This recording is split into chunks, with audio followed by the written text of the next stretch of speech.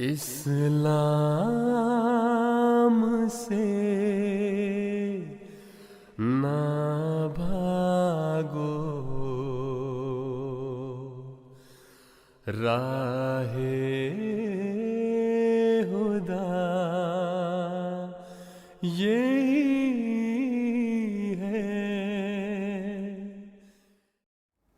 اشہد ان لا الہ الا اللہ وحدہ لا شریک لہ واشہد ان محمدا عبدہ ورسولہ، اما بعد فاعوذ باللہ من الشیطان الرجیم، بسم اللہ الرحمن الرحیم۔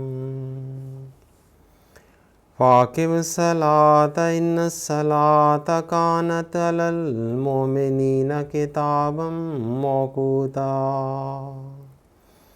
سورہ النساء آیت نمبر 104۔ پس نماز کو قائم کرو، یقیناً نماز مومنوں پر ایک وقت مقررہ کی پابندی کے ساتھ فرض ہے۔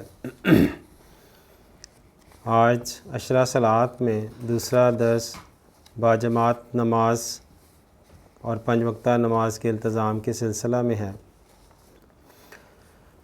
حضرت جابر رضی اللہ تعالیٰ عنہ بیان کرتے ہیں کہ حضرت صلی اللہ علیہ وسلم نے فرمایا، نماز کو چھوڑنا انسان کو شرک اور کفر کے قریب کر دیتا ہے۔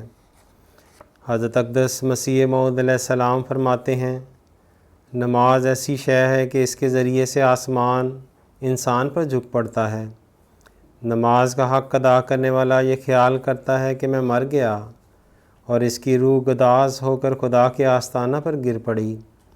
جس گھر میں اس قسم کی نماز ہوگی وہ گھر کبھی تباہ نہ ہوگا۔ حدیث شریف میں ہے کہ اگر نوح علیہ السلام کے وقت میں یہ نماز ہوتی تو وہ قوم کبھی تباہ نہ ہوتی۔ حج بھی انسان کے لیے مشروط ہے، روزہ بھی مشروط ہے، زکوٰۃ بھی مشروط ہے، مگر نماز مشروط نہیں۔ سب ایک سال میں ایک دفعہ ہیں، مگر اس کا حکم ہر روز 5 دفعہ ادا کرنے کا ہے۔ اس لیے جب تک پوری نماز نہ ہوگی تو وہ برکات بھی نہ ہوں گی جو اس سے حاصل ہوتی ہیں، اور نہ اس بیعت کا کچھ فائدہ حاصل ہوگا۔ حضرت خلیفۃ المسیح الخامس سید اللہ تعالیٰ بن نصر عزیز فرماتے ہیں، میں نے بعض دفعہ ملاقاتوں میں جائزہ لیا کہ نمازوں کی طرف باقاعدگی سے متعلق اگر پوچھا تو توجہ ہے کہ نہیں، تو اکثر یہ جواب ہوتا ہے کہ کوشش کرتے ہیں، یا پھر کوئی گول مول سا جواب دے دیتے ہیں۔ حالانکہ نمازوں کے بارے میں تو خدا تعالیٰ فرماتا ہے کہ نماز کو قائم کرو، باجماعت ادا کرو، اور نماز کو وقت مقررہ پر ادا کرو، جیسا کہ فرمایا ان الصلاۃ کانت علی المؤمنین کتابا موقوتا، یعنی یقیناً نماز مومنوں پر وقت مقررہ کی پابندی کے ساتھ فرض ہے۔ ہم میں سے بہت سے ایسے ہیں جو وقت مقررہ تو علیحدہ رہا، نمازوں میں اکثر سستی کر جاتے ہیں۔ کیا ایسا کر کے ہم اس حکم پر عمل کر رہے ہیں کہ حافظوا علی الصلاۃ والصلاۃ الوسطیٰ وقوموا للہ قانتین، تو نمازوں کا اور خصوصاً درمیانی نماز کا پورا خیال رکھو اور اللہ کے فرمانبردار ہو کر کھڑے ہو جاؤ۔ بس ہر احمدی کو اپنی نمازوں کی حفاظت کرنی کی طرف توجہ دینی چاہیے اور انہیں مقررہ وقت پر ادا کرنا چاہیے۔ اگر اپنے آپ کو اللہ تعالیٰ کی حفاظت میں لے کر آنا ہے، اگر توحید کو قائم کرنے کا دعویٰ کرنے والے بننا ہے، تو اپنی عبادتوں کے معیار بلند کرنے ہوں گے، اپنی نمازوں کی بھی حفاظت کرنی ہوگی۔ کاموں کے عذر کی وجہ سے دوپہر کی یا ظہر کی نماز اگر آپ چھوڑتے ہیں تو نمازوں کی حفاظت کرنے والے نہیں کہلا سکتے، بلکہ خدا تعالیٰ کے مقابلے میں اپنے کاموں کو، اپنے کاروباروں کو اپنی حفاظت کرنے والا سمجھتے ہیں۔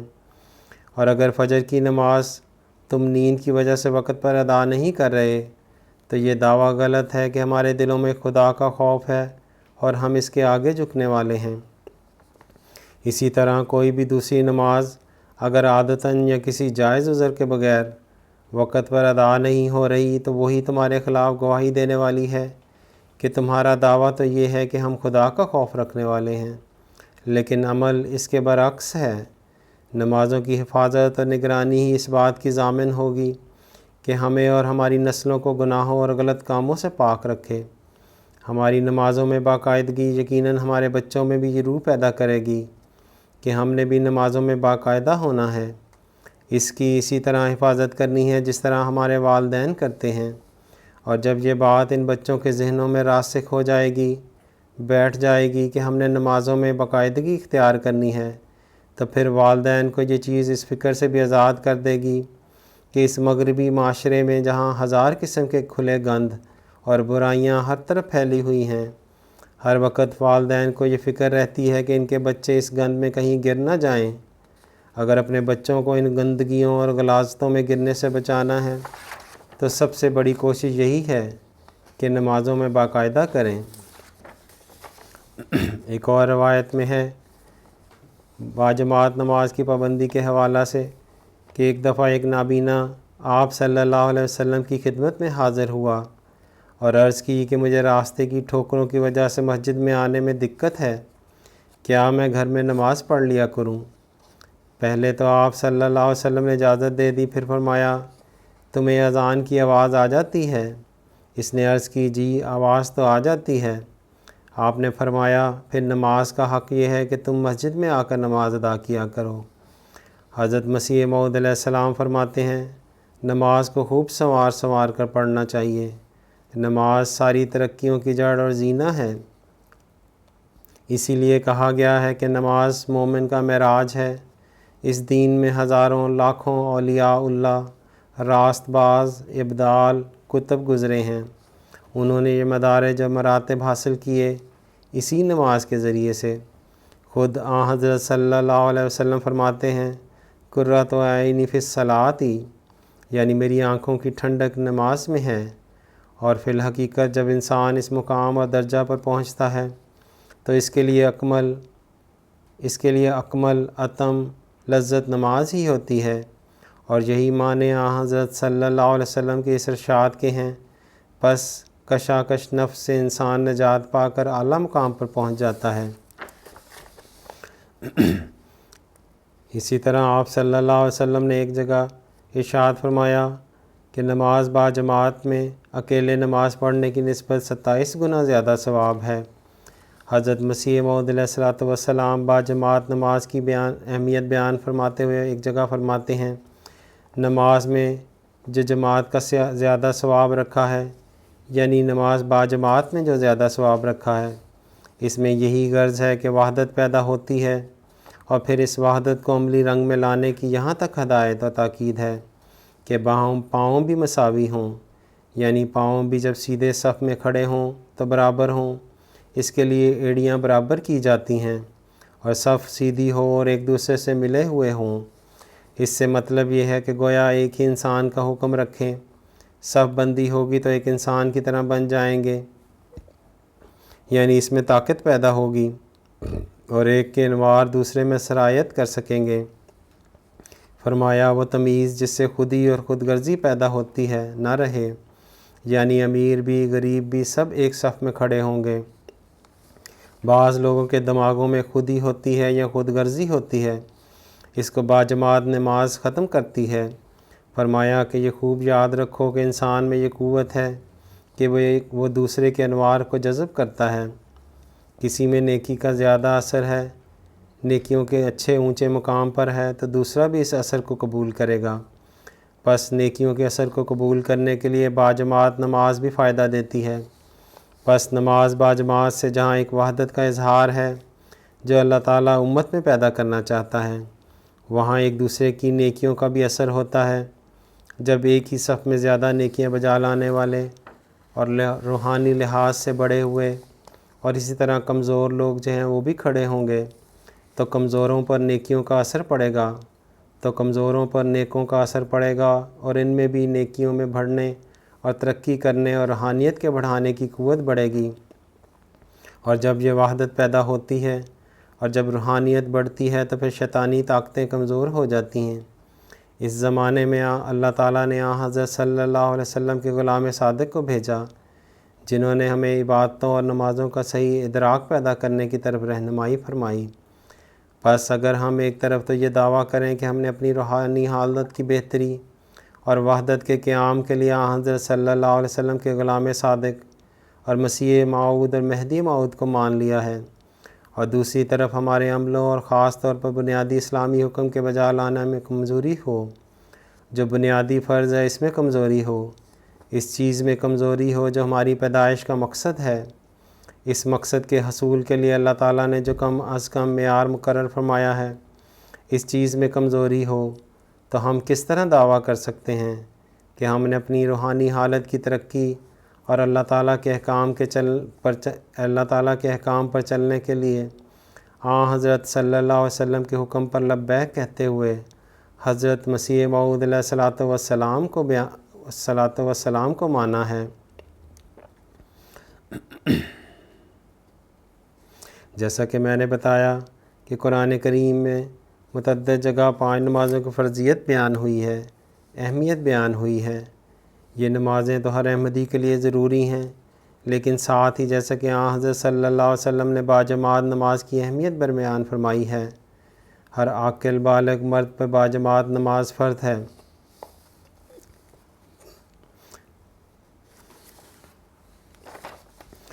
حضرت خلیفۃ المسیح الخامس ایدہ اللہ تعالیٰ بنصر عزیز فرماتے ہیں، اللہ تعالیٰ نے یہ فرض کیا ہے کہ دن کے 5 حصوں میں اللہ کے حضور حاضر ہوا جائے، اور جہاں انسان وقت پر نماز پڑھنے کی وجہ سے ان حملوں سے محفوظ رہے گا، وہاں روحانیت میں ترقی کی وجہ سے اللہ تعالیٰ کا قرب پانے والا بھی ہوگا۔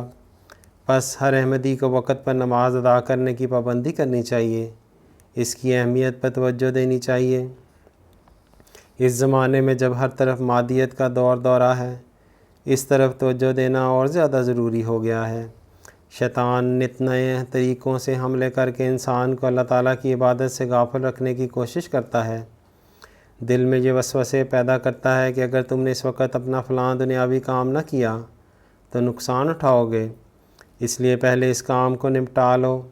نماز کا بھی وقت تو ہے، لیکن بعد میں اسے جمع کر کے پڑھ لینا، اور کیونکہ اللہ تعالیٰ کو علم ہے کہ ہر زمانے میں شیطان نے مختلف طریقوں سے حملے کرنے ہیں، ہر زمانے میں انسان کی مصروفیات مختلف ہونی ہیں، اس لیے فرمایا کہ ایسی نمازیں جو تمہاری سستیوں اور تمہاری دنیاوی مصروفیات کی وجہ سے وقت پر ادا ہونے کا احتمال ہو، مصروفیات کی وجہ سے وقت پر ادا نہ ہونے کا احتمال ہو، یا وہ احتمال رکھتی ہوں، ان کی خاص طور پر حفاظت کرو، کیونکہ پھر ایک نماز سے لاپرواہی آہستہ آہستہ باقی نمازوں سے بھی غافل کر دیتی ہے۔ اس لیے فرمایا حافظوا علی الصلاۃ والصلاۃ الوسطیٰ، یعنی تم تمام نمازوں کا اور خصوصاً درمیانی نماز کا پورا خیال رکھو۔ یہ نہیں فرمایا کہ فلاں نماز کی خاص طور پر حفاظت کرو۔ درمیانی نماز کی تعریف بھی مختلف لوگوں کے لیے مختلف ہو سکتی ہے۔ ہر وہ نماز درمیانی ہے جس میں دوسری ترجیحات کے نماز کے مقابلے میں زیادہ ہوں۔ ہر وہ نماز درمیانی ہے جس میں دوسری ترجیحات نماز کے مقابلے میں زیادہ ہوں، اور جب انسان دوسری مصروفیات کو پس پش ڈال کر اللہ تعالیٰ کی عبادت کو تمام دوسرے دنیاوی مفادات پر ترجیح دے رہا ہوگا، تو اللہ تعالیٰ ایسے عبادت گزاروں کی ضروریات خود ایسی جگہ سے پوری فرما رہا ہوگا کہ جہاں سے انسان کو گمان بھی نہیں ہو سکتا۔ یہ بھی اللہ تعالیٰ کا وعدہ ہے۔ اللہ تعالیٰ کوئی نیکی بغیر جزا کے نہیں چھوڑتا، اور دونوں جہان کی نعمتوں سے نوازتا ہے۔ اللہ تعالیٰ ہمیں ان ارشادات کی روشنی میں 5 وقتہ نمازوں کو باجماعت التزام کے ساتھ وقت مقررہ پر ادا کرنے کی توفیق عطا فرمائے۔ وآخر دعوانا ان الحمد للہ۔ السلام علیکم۔